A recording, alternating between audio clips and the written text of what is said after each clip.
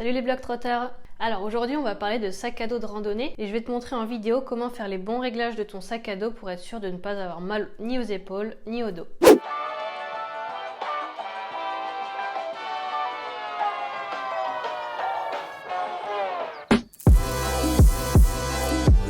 Donc déjà, première chose super importante, il faut savoir que l'ensemble du poids de ton sac à dos doit reposer à peu près à 70% sur tes hanches.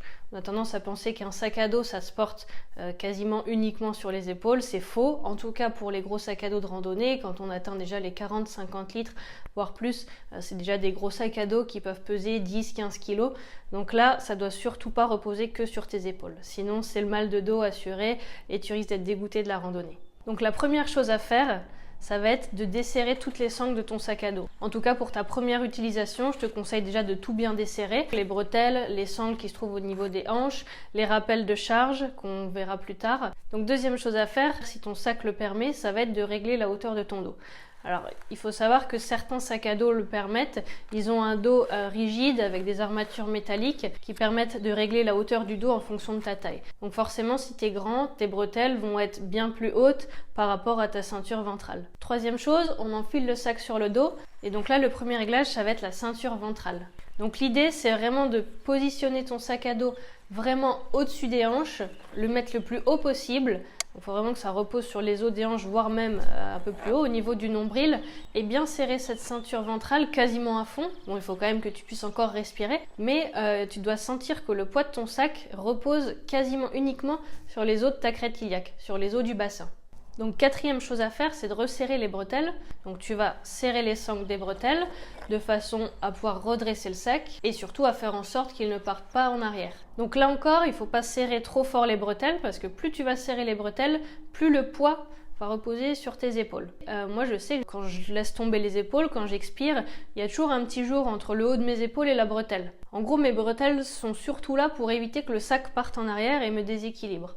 Cinquième chose à régler, c'est la sangle de poitrine. Donc il y a une petite sangle qui relie les deux bretelles qui se situe au niveau de la poitrine, au niveau du sternum. Donc normalement, en fonction des sacs à dos, tu peux la régler en hauteur. Donc pour les femmes, voilà, ça permet d'ajuster un petit peu pour pas que ça fasse mal. Cette sangle, pas besoin de la serrer à toc, il faut quand même que tu sois à l'aise, que tu puisses respirer normalement. Mais elle va surtout être là, elle, pour stabiliser le sac et pour pas qu'il ballotte un peu droite à gauche, surtout quand tu montes ou quand tu descends. Et enfin, sixième et dernier point, c'est de régler les rappels de charge. Alors les rappels de charge, c'est les petites sangles qui relient le haut des bretelles à ton sac à dos. C'est vraiment une petite sangle assez courte, il y a 5-10 cm. Donc ça va te permettre, quand tu les serres à fond, de rapprocher le haut de ton sac le plus possible de ton dos. Et donc ça, c'est des sangles sur lesquelles tu vas pouvoir jouer tout au long de ta randonnée, selon si tu montes ou si tu descends. Donc en montée, je te conseille de desserrer un petit peu ces sangles, de façon à ce que tu ne portes pas ton sac uniquement sur les épaules. Forcément, en montée, on a tendance à être courbé un petit peu vers l'avant, donc on va moins porter le sac au niveau des hanches. Donc en desserrant ces petites sangles à la montée, ça va te permettre de soulager surtout les épaules et le dos, et de plus lester le bassin. Au contraire, en descente, je te conseille de vraiment serrer à fond ces sangles, ça va éviter au sac de ballotter à droite à gauche et de te déséquilibrer.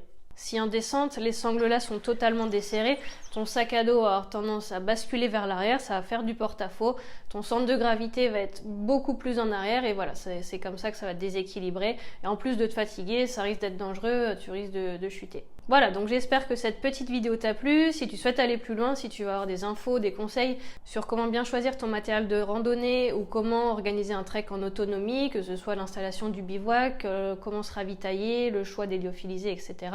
N'hésite pas à cliquer sur le lien dans ma description. J'ai écrit un petit guide justement ultra complet avec tout ce que tu dois absolument savoir avant de partir. Allez, je te dis à bientôt. Ciao!